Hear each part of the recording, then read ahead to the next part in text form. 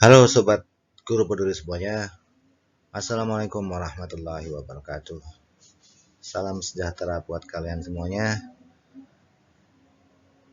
Selamat beribadah puasa bagi yang menjalankan puasa. Sebentar lagi menjelang Idul Fitri ya rekan-rekan. Semoga kita semuanya mendapatkan berkah dari bulan Ramadan ini. Oke rekan-rekan, pada video kali ini saya mau membahas tentang silogisme untuk melanjutkan silogisme yang sudah saya sampaikan pada bagian pertama di video sebelumnya.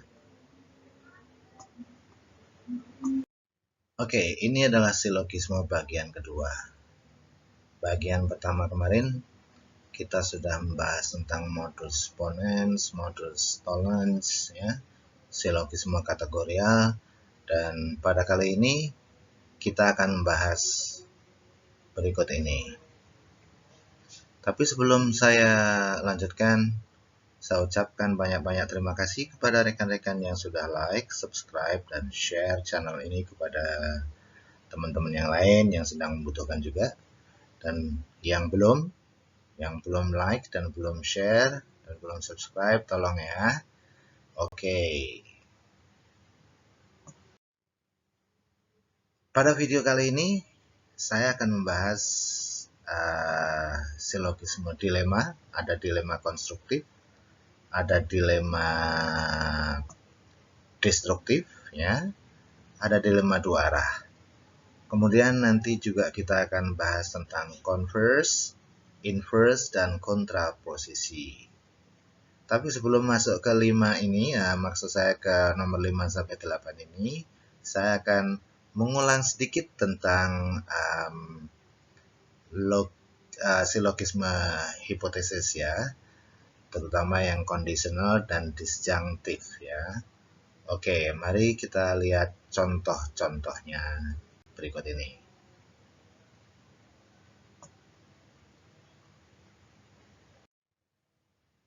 Silogisme hipotesis kondisional. Masih ingat ya rekan-rekan? Tanda ini kita baca dengan jika maka ya. Di dalam silogisme hipotesis kondisional kita akan melihat tanda ini ya. Ini rumusnya, jika P maka Q. Jika Q maka R. Yang saya cetak merah ini nanti tidak digunakan di dalam pengambilan kesimpulan. Kita lihat contohnya ya. Kesimpulannya menjadi PR. Q-nya nggak dipakai lagi ya. Merah. Stop. Jangan dipakai lagi. Kita lihat contoh berikut ini. Jika pendaki gunung ada yang hilang, ya, itu P, maka tim SAR akan segera bertindak. Q.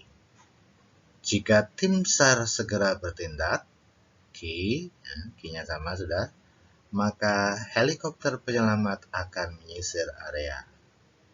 Jelas ya? Q-nya tidak digunakan untuk mengambil kesimpulan. Artinya kesimpulannya adalah P dan R. Jadi kesimpulannya apa, rekan-rekan? Jika pendaki gunung ada yang hilang, maka helikopter penyelamat akan menyisir area. Oke, itu tadi contoh dari silogisme hipotesis kondisional. Mari kita lihat berikutnya silogisme hipotesis ya, tapi disjunktif. Ya, ini rumus hipotesis disjunktif ya. Disjunktif itu apa sih? Disjunktif itu dari asal katanya dari disjunction ya, lawan kata dari conjunction. Kalau conjunction itu menghubungkan, kalau disjunction atau disjunktif itu memutus, artinya memilih salah satu. Kita lihat contohnya berikut ini ya. Di dalam hipotesis disjunktif selalu ada dua premis ya. Premis satunya itu adalah P atau Q ya. Tanda ini itu dibaca atau. Oke. Itu premis satu selalu P atau Q. Premis duanya yang berbeda-beda. Premis duanya ada negasi P, maka kesimpulannya adalah Q ya. Tapi kalau pada premis 2-nya itu adalah Q, maka kesimpulannya adalah negasi P. Oke, nanti kita lihat contohnya ya. Oke, kita langsung aja lihat contoh di bawah ini. Misalnya ya, pada premis pertama, tahun depan Rizkia kuliah di UI atau di PDN. Ya, jadi ini tadi tanda ini dibaca atau ya. Ini premis satunya. Kita lihat premis 2-nya. Rizkia tidak kuliah di UI tahun depan. Itu berarti P tapi negatif ya. Kita lihat ini P-nya negatif ya. Ini P-nya negatif. Maka simpulannya adalah Q. Nah, apa? Rizkia kuliah di IPDN. Begitu rekan-rekan.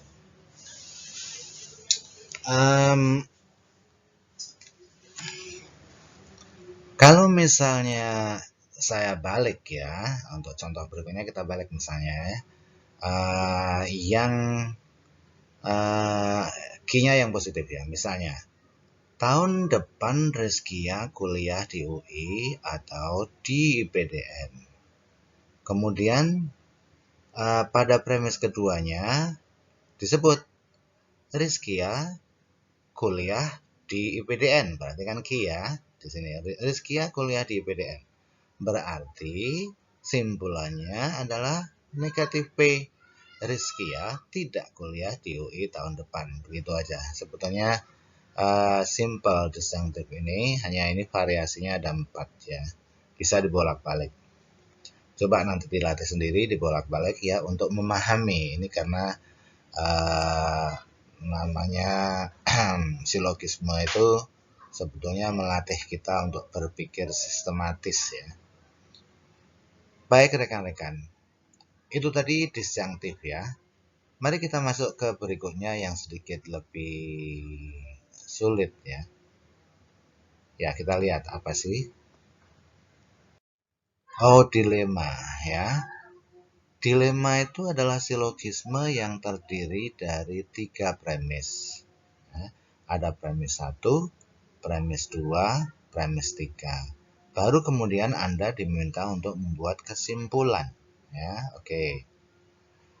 Ada 3 jenis silogisme dilematis ya atau dilema. Yang pertama adalah konstruktif. Ya, rumusnya seperti ini. Jika P maka Q, jika R maka S. Ya. Kemudian pada premis 3, ya ini lihat atau ya. Pada premis 3, P atau R. Nah, ini P atau R yang sebelah kiri semuanya ya. P atau R. Berarti kesimpulannya ya dari atas. Tapi sebelah kanan Q atau S. Oke, jelas ya rekan-rekan. Seperti itu. Untuk lebih jelasnya nanti kita bisa lihat di contoh ya. Kemudian kalau destruktif ya atau distraktif itu ya pada premis 3-nya itu dua-duanya negatif. Yang negatif ini yang di sebelah kanan Q dan S ya. Negatif Q atau negatif S. Maka kesimpulannya adalah negatif P atau negatif R. Negatif itu artinya negasi dari pernyataan suatu premis ya. Jelas ya guys. Baru kemudian kita melihat ke dua arah, dilema dua arah ya. Jika P maka Q, jika R maka S. Kenapa dia disebut dua arah? Kalau yang di sini tadi adalah dari bawah ke atas, dari atas ke bawah, PR misalnya, PR ya, maka simpulannya adalah QS. Oke, positif, positif, positif, positif.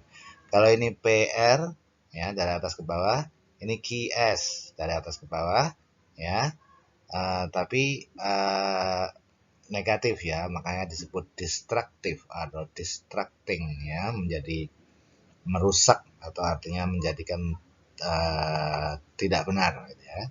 Nah, kalau dua arah ini silang diagonal ini dari P ke S guys. Jadi pada premis ketiganya ini ya P atau negatif S. Maka simpulannya adalah Q-nya di atas tetap positif, karena tadi S-nya di sini negatif, maka R-nya di ini harus dibuat negatif, gitu ya. Coba kita lihat ke beberapa contoh berikut ya.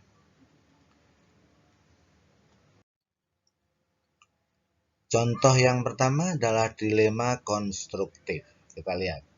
Pada premis 1, jika hujan deras, maka Jakarta akan banjir. Jika P, maka Q. R, jika penduduk mengungsi, maka BNPB daerah akan membantu. BNPB itu Badan Nasional Penanggulangan Bencana ya. Oke. Kita lihat di sini. Kuncinya itu ada pada premis ketiganya ya. Oke, kita lihat pada premis ketiganya ini PR, artinya positif positif ya. Berarti ya ini P ya jika hujan deras. Kemudian pada premis 2 ya penduduk mengungsi PR positif positif. Berarti kesimpulannya adalah positif positif. Jakarta banjir dan BNPB membantu. Ya, Jakarta banjir atau BNPB membantu. Jadi ini dan ini.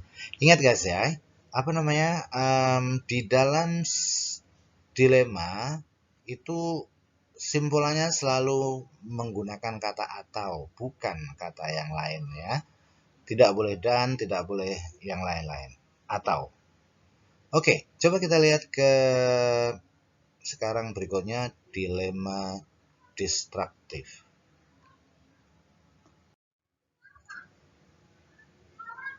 Saya masih menggunakan contoh yang sama ya biar mudah. Jika hujan deras maka Jakarta akan banjir. Jika penduduk mengungsi maka BNPB akan membantu. Oke, kita lihat ya. Destruktif itu Q dan S-nya dibuat negatif ya. Ini Jakarta akan banjir ya. Ini artinya Jakarta tidak banjir. Berarti ini Jakarta banjir itu Q ya, positif. Negatifnya atau negasinya Jakarta tidak banjir. Oke, Q. Kemudian S-nya, ini kita lihat S-nya. BNPB akan membantu. Di sini BNPB daerah tidak membantu. Ini artinya apa? Ini artinya S-nya negatif. Maka simpulannya adalah P dan R dua-duanya dibuat negatif. P-nya menjadi hujan deras, berarti Jakarta tidak hujan. Ya. Negasi dari Jakarta hujan adalah Jakarta tidak hujan. Kemudian negasi dari R penduduk mengungsi adalah penduduk tidak mengungsi. Ya, ini harusnya penduduk tidak mengungsi. Karena ini penduduk mengungsi. Jadi negatif R-nya adalah penduduk tidak mengungsi. Oke. Berikutnya guys. Ini ada kata tidaknya ya. Jelas ya. Oke. Kita lihat berikutnya dilema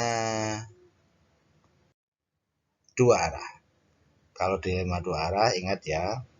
PS dia diagonal. Dari P ke S. Kemudian dari Q ke R. S-nya menjadi negatif ya. Di premis 3-nya ini ya maksudnya ya. Oke.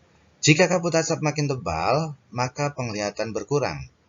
Jika bantuan pemerintah datang, maka api cepat padam. Kabut asap makin tebal atau api belum padam. Oke. Itu premis 3-nya, kabut asap makin tebal atau api belum padam. Jadi kesimpulannya apa?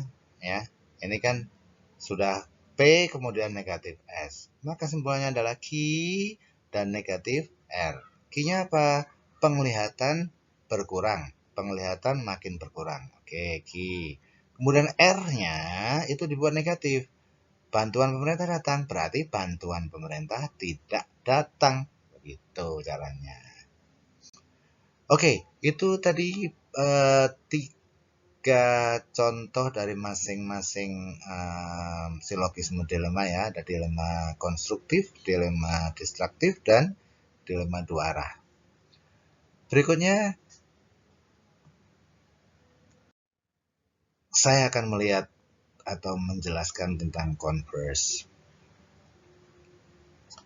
Converse, inverse, dan kontraposisi ini adalah salah satu pertanyaan yang sering keluar di TIU ya tentang silogisme ya.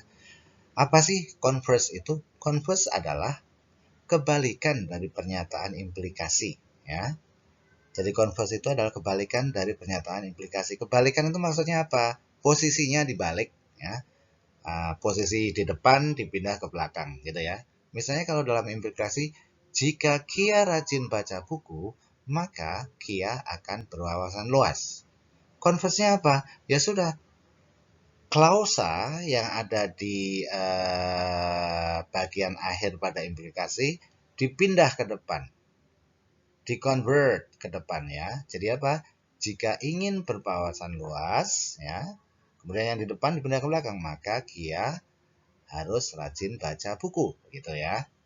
Oke, jelas kan? Tempatnya saja dipisah ya. Oke, itu tadi converse. Jadi converse itu adalah menukar letak klausa dari klausa yang ada di belakang implikasi ditaruh di depan ya. Kemudian yang awalnya di depan ditaruh di belakang. Itu tadi converse. Terus berikutnya adalah inverse. Inverse itu merupakan negasi dari pernyataan suatu implikasi ya. Oke, kita lihat contoh ini guys ya. Kalimat implikasinya atau pernyataan dalam implikasi adalah, guys, jika Anda like, subscribe, dan share channel ini, maka Anda akan lolos SKD dengan nilai tinggi. Ayo, siapa yang belum like, siapa yang belum subscribe, dan belum share channel ini ke teman-temannya? Oke, ini tadi pernyataan implikasi. Nah, kalau inverse-nya, ya, itu artinya apa? Negasi. Dibuat kalimat negatif dari dua, dari implikasi ini. Negasinya apa? Jika Anda tidak like, subscribe, dan share channel ini, maka Anda tidak akan lolos SKD dengan nilai tinggi loh ya.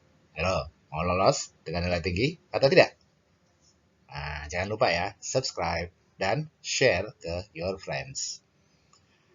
Itu inverse. Terus kemudian berikutnya kalau kontraposisi itu apa? Kita lihat ya. Kontraposisi itu merupakan kebalikan dan negasi dari pernyataan implikasi. Ya. Jadi inverse dan converse dikumpulkan atau dilakukan semuanya, maka menjadi kontraposisi. Contohnya, guys, jika Anda like, subscribe, dan share channel ini, maka Anda akan lolos SKD dengan nilai tinggi. Nah, itu implikasinya. Inverse-nya apa? Tapi kalau Anda tidak lolos SKD dengan nilai tinggi, maka Anda tidak like dan subscribe dan share channel ini loh ya. Bercanda guys. Oke, kenapa? Karena di dalam doa kami ya selalu mendoakan semoga Anda semuanya sukses ya. Dan selalu diberi kemudahan untuk mencapai cita-cita Anda semuanya. Alright, let's go to the next. Oke guys, untuk menguji atau mengukur pemahaman Anda, di sini saya sediakan 3 soal latihan yang berhubungan dengan dilema tadi ya, atau jenis-jenis soal ini adalah soal-soal dilema. Oke, saya kasih waktu Anda 10 detik setelah saya membaca pertanyaan untuk menjawab masing-masing pertanyaan ini. Yang pertama, jika ada asap hitam membumbung, maka terjadi kecelakaan di lab pabrik. Jika terjadi kebakaran, maka petugas pemadam harus dihubungi. Premis ketiganya, asap hitam membumbung atau terjadi kebakaran. Simpulan yang tepat, silakan 10 detik. 10, 9, 8, 7, 6, 5, 4, 3, 1, done. Oke, yang mana guys yang benar? Kita cek satu-satu ya. Asap hitam membumbung. Kita lihat kuncinya, kita ngelihat di di premis ketiga. Asap hitam membumbung. Oke, berarti sama ya. Kalau sama ini berarti P-nya sama ya. Kemudian terjadi kebakaran. Nah, ini apa ini terjadi kebakaran? R. Oke, PR. PR-nya sama ya. Jadi P positif, R positif. Berarti kesimpulannya apa? Q positif, S positif. Tinggal cari saja yang mirip dengan ini. Kecelakaan atau terjadi kecelakaan di lab pabrik yang mana? Terjadi kecelakaan di lab pabrik. Oke. Atau petugas pemadam tidak dihubungi. Salah, karena ini pemadam harus dihubungi. Nah, yang mana? Ini kata tidak ini membuat salah ya. Oke. Kemudian B. B salah juga. Oke guys, sorry, saya mau ingatkan ya. Untuk menjawab soal dilema, itu sebetulnya Anda bisa mengeliminasi. Eliminasi jawaban-jawaban yang tidak ada kata atau. Karena jawabannya selalu dengan atau. Kalau kita lihat B, C, dan D ini tidak dihubungkan dengan kata atau. Jadi nggak usah dipilih. Ya. Berarti ada A dan B. Maka A tadi salah. Berarti jawaban yang benar adalah B. Ya, atau ini ya. Oke. Kita lihat, kita highlight dulu dengan ini yellow. Ya, ini ya. Jadi jawabannya adalah terjadi kecelakaan di lab pabrik. Terjadi kecelakaan di lab pabrik. Oke. Atau petugas pemadam harus hubungi. Petugas pemadam harus hubungi. Oke, jadi ini ya. Jawabannya Eko. Ingat ya. Perhatikan ketika menjawab soal yang memiliki tiga premis ya. Yang perlu kita lihat adalah premis ketiganya saja. Kemudian kita cari di atasnya apakah positif atau sesuai atau tidak. Baru nanti kita cari jawabannya. Dan ketika kita melihat pilihan-pilihan jawaban, eliminasi jawaban-jawaban yang tidak terkandung kata atau. Seperti di sini nih, A, B, C, D, E ya. Itu hanya ada dua. Ya, pilihan A dan pilihan E yang mengandung kata atau, itu saja. Satu lagi, eliminasi pilihan jawaban yang ada kata jika dan jika. Ya, kenapa? Di dalam silogisme dilema ya, tidak ada lagi kata jika di dalam kesimpulan. Ya, tapi kata adanya adalah kata atau. Oke guys, semoga ini membantu. Mari kita lanjut ke soal kedua, contoh soal kedua. Baik rekan-rekan, mari kita langsung masuk ke soal nomor 2 ya. Saya baca pertanyaannya, premis 1, jika Kia libur kerja, maka Kia pergi keluar kota. Premis 2-nya, jika cuaca cerah, maka penerbangan lancar. Premis ketiganya, Kia tidak pergi keluar kota, atau penerbangan tidak lancar. 10 detik dari sekarang, jawab. 9, 8, 7, 6, 5, 4, 3, 2, 1. Mari kita koreksi. Kerjakan dengan cepat ya. Kita lihat ke pilihan jawaban. Pilihan jawaban yang mengandung kata jika dan maka itu tidak bisa dipilih lagi. Ya. Jadi A dan B langsung disingkirkan. Kemungkinannya ada C, D, dan E. Kenapa? Karena di dalam silogisme dilema ini ya, itu kesimpulannya hanya mengandung kata atau selalu mengandung kata atau, tapi tidak mengandung kata jika maka. Kita lihat di sini, kita lihat ke premis ketiga ya. Kia tidak pergi keluar kota. Padahal di premis pertama Kia pergi keluar kota. Ini artinya berlawanan. Ini Ki ya. Ini Ki. Ini Kia tidak pergi keluar kota. Ini negatif Ki. Oke. Kemudian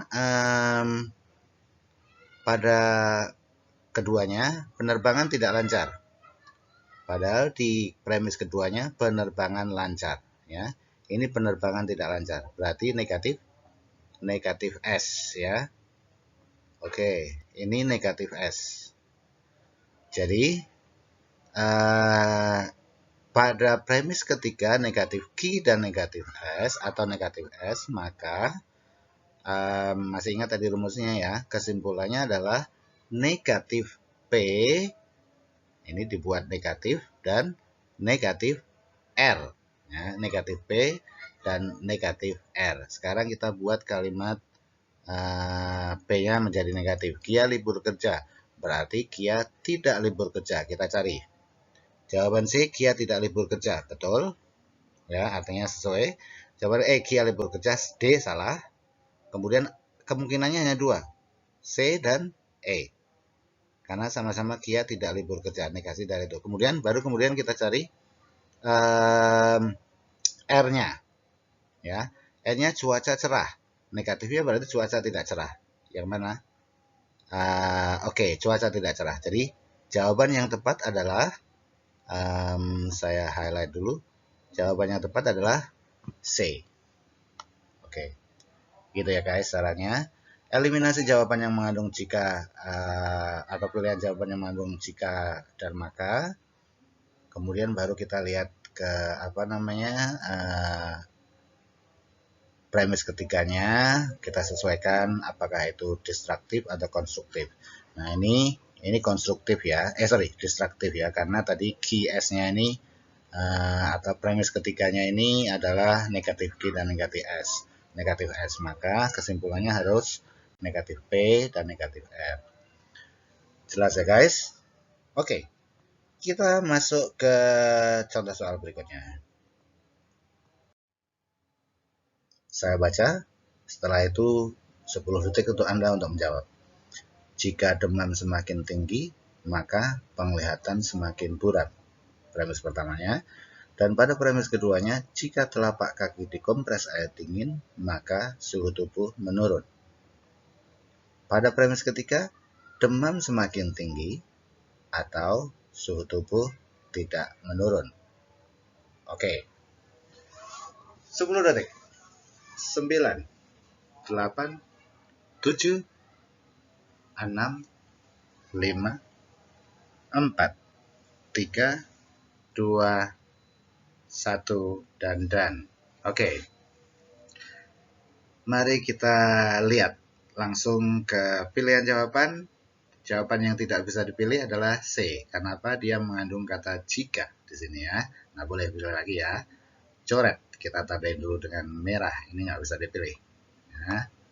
Kemudian berikutnya kita lihat demam semakin tinggi.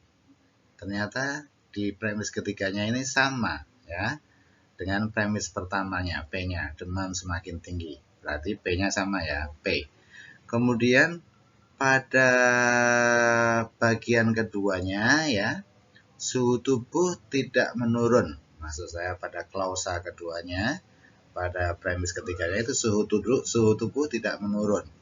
Padahal di premis kedua tadi ya, suhu tubuh menurun. Ini berarti lawannya ya atau negasinya. Ini S-nya ini negasi S. Berarti P negatif S.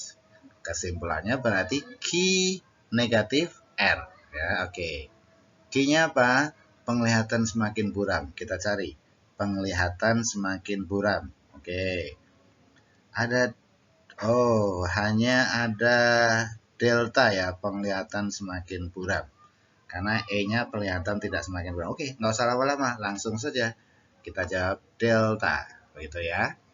Kenapa Anda harus cepat menjawabnya? Karena you should save your time. Karena you can use your time untuk mengerjakan soal math yang lainnya ya. Oke rekan-rekan,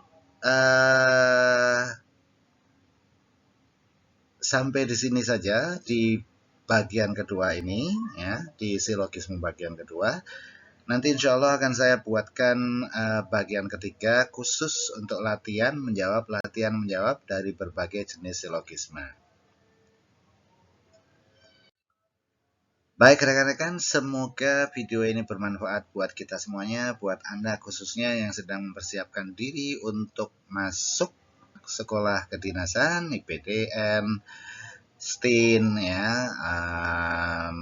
Poltekim, Poltekip, dan lain-lainnya.